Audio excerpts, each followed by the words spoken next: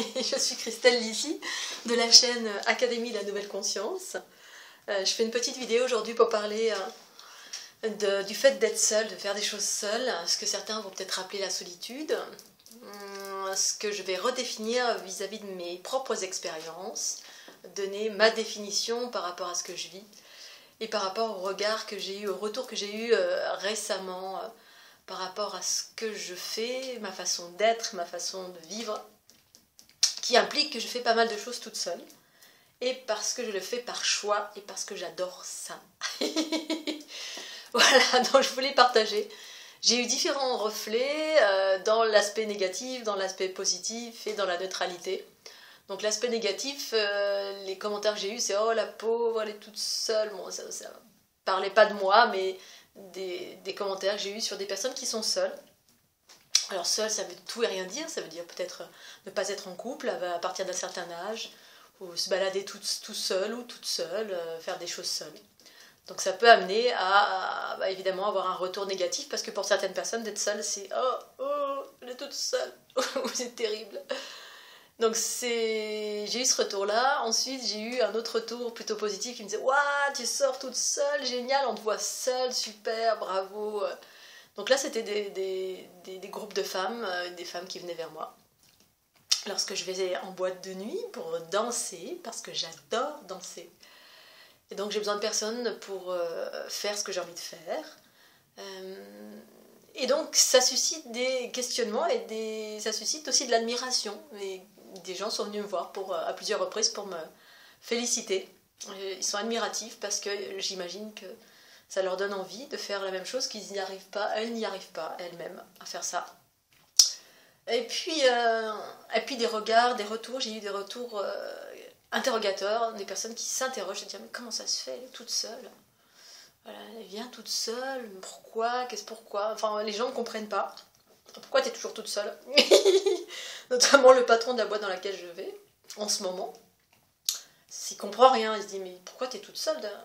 Il voit une charmante jeune fille, et je m'envoie des fleurs, bien sûr, qui arrive toute seule, qui repart toute seule, et comprend pas du tout. Alors à chaque fois, il m'interroge, il me dit « Pourquoi tu es seule ? Comment ça se fait ? Pas en couple, pas avec quelqu'un, t'es pas accompagnée ?» Les gens ne comprennent absolument pas. Donc voilà, il y a trois types de, de retours. Et donc, moi, par rapport à ça, voilà, c'est pas une tare pour moi que d'être seule, c'est un choix conscient. Dans tous les espaces de ma vie, que ce soit dans ma vie amoureuse. J'ai vécu une bonne partie de ma vie en couple, voilà. Et là, je suis dans une phase de ma vie où j'ai plus envie, en tout cas, j'ai pas envie d'être en couple. Je ne le suis plus depuis quelque temps. C'est une envie depuis pas mal de temps d'ailleurs, d'être seule, de faire des choses seule, de pouvoir faire l'escalade seule, du sport seul, des randonnées seules, d'aller danser seule. Pour être dans ma propre énergie, pour être dans mon énergie propre, parce que je suis quelqu'un d'empathique qui est tout le temps en mode fusionnel, qui réceptionne beaucoup de distorsions, qui réceptionne beaucoup de tout ce qui m'entoure. Et dans la relation par exemple de couple, dans la relation de couple traditionnelle, on est tout le temps, voilà, on vit le cadre, on va dire, patriarcal, c'est de vivre sous le même toit, ce qui implique au bout d'un moment des compromis, enfin même tout le temps, ce qui implique des habitudes, ce qui implique des attentes, ce qui implique une multitude de choses qui fait que du coup on finit à ne plus être vraiment soi-même dans la totalité de ce que l'on est lorsqu'on est seul, à faire des choix seul. On est toujours en train de demander à l'autre quand, comment, pourquoi. Et bon. Et donc ce qui m'a amené à vivre une relation de couple il y a quelques temps en arrière où la personne habitait très loin et où lorsqu'on se rencontrait, eh bien c'était un choix de deux personnes dans la conscience. Et non pas un choix par habitude ou par manque ou par tous les travers, en fait toutes les habitudes, toutes les programmations que l'on a, qui sont la plupart du temps ne sont pas des choix conscients, mais sont des conditionnements, des attentes, des manques, des peurs qui font qu'on est à deux. Et non pas parce qu'on le choisit véritablement. Et le fait d'être sous le même toit, eh bien, il y a aussi un rapport fusionnel qui fait que vibratoirement, je ne suis plus moi-même, je suis un mélange de moi et de l'autre. Bref, ça je l'ai expliqué de mille et une façons, peut-être je ferai d'autres vidéos sur la relation de couple. Là, pour revenir voilà, au fait de faire des choses seule, ça me permet d'être moi-même en totalité, d'être en phase avec mes besoins intérieurs et de mettre en action ces besoins intérieurs sans avoir à demander à qui que ce soit si on veut m'accompagner, si je peux, si... Voilà, il n'y a pas d'autorisation, il y a l'autorisation à l'être que je suis, de manifester ce que j'ai envie à un instant T. Donc si j'ai envie d'aller randonner, j'y vais, et d'être seul avec soi-même, ça permet de se retrouver, savoir qui on est véritablement, face à cette solitude, face à la vie, véritablement, qui nous entoure. Et le fait d'être seul, de faire des choses seul, eh bien, ça me permet également de rencontrer, c'est-à-dire que je me sens... Je suis pas dans le manque, je suis dans le plein. Je suis tout le temps dans le plein de moi-même, avec moi-même, mon féminin et mon masculin réunis, ce que j'appelle l'unité. Du coup, je ne vis pas de manque du tout. Je suis dans la frustration de rien, je suis dans le plein de qui je suis. Et ça m'amène à faire des rencontres, c'est-à-dire que je suis pleinement dans la conscience de ce que je souhaite et je manifeste ça. Alors j'ai envie de faire une chose, je le fais, seule. Et je suis finalement jamais seule parce que je peux être amenée à, dans cette solitude, à faire des rencontres. Que je sois au ski, en train de skier, je peux être amenée à parler avec quelqu'un, à échanger, à partager.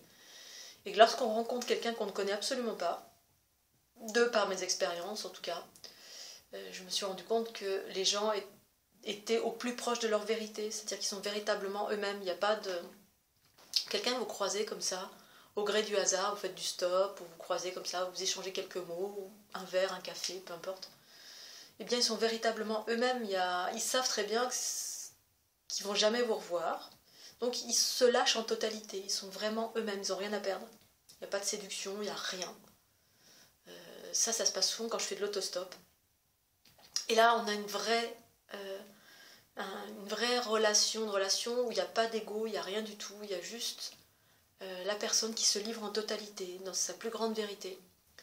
Et bien ça, c'est juste merveilleux. C'est quelque chose que j'adore parce que je perçois vraiment la vérité de l'autre, la spontanéité d'une personne que je rencontre à un instant T, que je reverrai peut-être plus jamais. Et c'est dans ces moments-là, en tout cas, pas toujours, c'est pas une vérité générale, en tout cas moi que j'ai remarqué que les individus étaient véritablement eux-mêmes. Et donc ça, c'est une chose extraordinaire. Et le fait d'être seule, par exemple, de voyager seule, mon dernier voyage... je suis partie seule en sac à dos, à dormir n'importe où, voilà, en bivouac, avec mon sac à dos sur le dos. Et ça m'a amené à faire des rencontres aussi. Voilà, j'étais toute seule, donc il y a des gens qui s'interrogent parce que c'est toujours la même chose. Soit ils sont dans l'étonnement et l'émerveillement de se dire waouh, une femme seule, comme ça, avec son sac à dos dans la rue. Ils voient que je suis toute seule et que je suis dehors. Parce qu'ils me voient une fois, deux fois, trois fois dans un même endroit, par exemple. Et donc, chez les femmes particulièrement, ça ouvre, ça suscite l'admiration. Waouh, t'es une femme seule, t'as pas peur. Oh, tu vas te faire agresser, tu vas te faire violer. Bon, et en même temps, ça leur donne envie parce que nombreuses personnes ont envie de s'émanciper de cette façon, de pouvoir faire des choses seules sans avoir à demander à qui que ce soit. Parce qu'on se sent... On a peur d'être agressé, on a peur du loup, parce qu'on est une femme. D'autres, eh bien évidemment, on porte un regard plus de prédation, hein, les hommes, une femme seule, il y a une potentialité d'eux. Bon, voilà, ça peut susciter ça, mais c'est rarement ce qui se passe. Et puis après, il y a ceux qui viennent vers vous pour vous demander si vous avez besoin de quelque chose, si vous voulez être hébergé, qui vous accueillent, qui vous ouvrent leurs portes grandes ouvertes, qui vous proposent le gîte et le couvert. Et ça, justement, quand on voyage seul, en autonomie, eh bien ça arrive. Enfin, moi, ça m'arrive tout le temps. Et c'est juste merveilleux, ça me permet de faire des rencontres extraordinaires, vraiment. C'est de l'ordinaire extra, plus. C'est des choses qui ne nous arrivent pas lorsqu'on est tout le temps accompagné, qu'on est tout le temps avec quelqu'un, qu'on est tout le temps dans un même microcosme, qu'on nous tient par la main en permanence. On ne va pas vers l'inconnu, en fait, on va vers le connu. On est dans une voiture, on va d'un trajet A à un trajet B. Et là, on ne rencontre pas grand-chose. Hein. C'est un certain intérêt, les voitures, c'est vrai. Moi, j'aime tout. J'aime être accompagnée, j'aime être seule. Et dans ces deux façons d'être, eh bien, il y a deux façons différentes d'appréhender la vie. Et puis après, il y a la multitude, bien évidemment, toutes les variations entre les deux. Et Et d'être seule, ouais, ça. Par exemple, quand je vais danser toute seule, eh ben, je suis dans ma bulle. Je suis dans ma bulle, j'y vais pour moi-même, me faire plaisir. Je suis pas en quête d'eux, parce que voilà, beaucoup de personnes, notamment les hommes, se disent bon, elles recherchent, voilà, quand je quitte la boîte de nuit, alors t'as trouvé quelqu'un? Ben non, parce que je cherche pas. Et voilà, et c'est. Pour moi, c'est ce que j'appelle mon autonomie, mon émancipation. Une façon différente d'être qui est la mienne. Bon, voilà. Je suis dans le plein. Pour autant, ça n'empêche que je peux rencontrer, hein, pourquoi pas, je suis pas contre. Mais c'est pas ma priorité. J'y vais pour moi, me faire plaisir, pour aller danser par exemple. Voilà, maintenant ça n'interdit pas. Je sais jamais de quoi ma soirée va être faite. Je sais qu'à la base j'y vais pour m'amuser. Après, effectivement, je peux rencontrer, je peux avoir un coup de cœur. La vie, quand on s'expose à l'inconnu, ben, tout peut arriver. Là, je me ferme à rien. Et face à ce tout qui arrive, eh bien, j'ai le choix de dire oui ou non. Voilà, mon cœur peut battre, ne pas battre. Mais en général, il bat tout le temps. Et voilà, quel que soit ce que je vais vivre, la rencontre que je vais faire, ou les rencontres, les personnes qui vont venir face à moi pour danser avec moi, danser le rock, ou danser à deux, tout simplement, c'est un moment de bonheur. Pour autant, ce moment de bonheur n'amène pas une rencontre de couple, ou une rencontre sexuelle, ou une rencontre de fleurs, pas du tout. Ça peut être juste un moment de bonheur, et puis ce bonheur, il est partagé à deux. Ça va pas plus loin, c'est juste de l'amour, comme ça, platonique. Parce qu'en fait, pour moi, dans la vie, tout est amour, en fait. C'est s'autoriser à rencontrer, à s'ouvrir, à être dans l'inconnu. Sans interdit, sans veto, sans quelqu'un derrière qui est là à attendre quand, comment, pourquoi. Quand on est en couple, voilà, qui interdit un peu cette ouverture, eh bien voilà, ça m'amène à vivre des choses extraordinaires et ça, j'adore. Voilà, j'adore. Et on peut porter plusieurs regards, mais je trouve que c'est ce qui est en train de se passer maintenant pour certaines femmes, l'émancipation. C'est-à-dire pouvoir vivre autrement, faire des choses pour soi. Voilà, ça n'implique que cela. Faire un choix conscient de faire ce qu'on a envie, sans pour autant avoir besoin de quelqu'un qui nous tienne par la main. D'avoir quelqu'un. Et après, ça peut être juste, hein, voilà, je vois beaucoup de personnes qui sortent en couple, à plusieurs, qui font la fête parce que, voilà, par peur certainement, ou tout simplement parce qu'on aime être à plusieurs. Moi, j'aime être seule, ce qui me permet d'être à plusieurs aussi, mais ça se fait naturellement quand je suis seule, de faire des rencontres et sans qu'il y ait de lien particulier avec les personnes que je rencontre. Avec toutes les attaches qui vont avec, les attentes ou les ingérences aussi. Voilà. Il m'arrive des fois d'avoir des partenaires que je rencontre assez souvent, des partenaires de danse. Voilà, donc on se retrouve parce qu'on va au même endroit, donc on est amenés à danser ensemble. Et au bout d'un moment, il y a un lien qui va venir m'enfermer, voilà, les garçons particulièrement.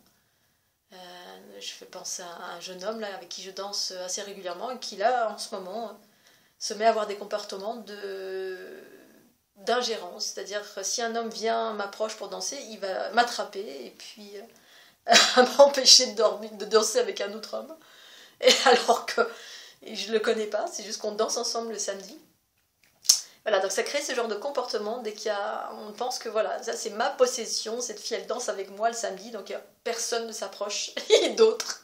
Et donc voilà les comportements de l'ego, de tout un chacun, en fonction de là où on en est, et ça crée ce genre de rapport. Alors qu'en fait, voilà, ça c'est pour moi c'est plus du tout tolérable en fait. J'ai pas envie qu'on vienne mettre un veto sur ce que je vis, sur ce que j'ai envie de faire. Et donc parfois il est nécessaire de faire des ajustements, ce que je fais de temps en temps face à des personnes avec qui je danse et qui ont ce genre de comportement un peu de mettre une cloche ou un comportement d'appartenance, voilà, de possession, de possessivité. Voilà, je voulais exprimer ce qu'était pour moi la solitude, enfin le terme solitude qui n'est pas la solitude, qui est en fait l'émancipation, l'autonomie, ce qui est pour moi cette façon d'agir en conscience et de faire des choses sans avoir besoin de quelqu'un pour m'accompagner ou pour être. Pour autant, je peux faire des choses à deux aussi ou à plusieurs. Mais c'est vrai que je suis plutôt quelqu'un de solitaire, et ce qui ne m'empêche pas de rencontrer, au contraire, j'adore être dans la foule et rencontrer des gens. Mais ça reste des rencontres sans attache, en tout cas pour le moment c'est comme ça. Sans lien profond, parce que la plupart du temps les liens profonds ça met des ingérences ou des attentes puis je suis dans une phase où j'ai pas envie de ça, voilà. Je préfère l'autonomie et être totalement dans qui je suis. Voilà, et bien je vous remercie de votre écoute. Je vous dis à très bientôt sur la chaîne Académie de la Nouvelle Conscience. Et à bientôt. Bye bye.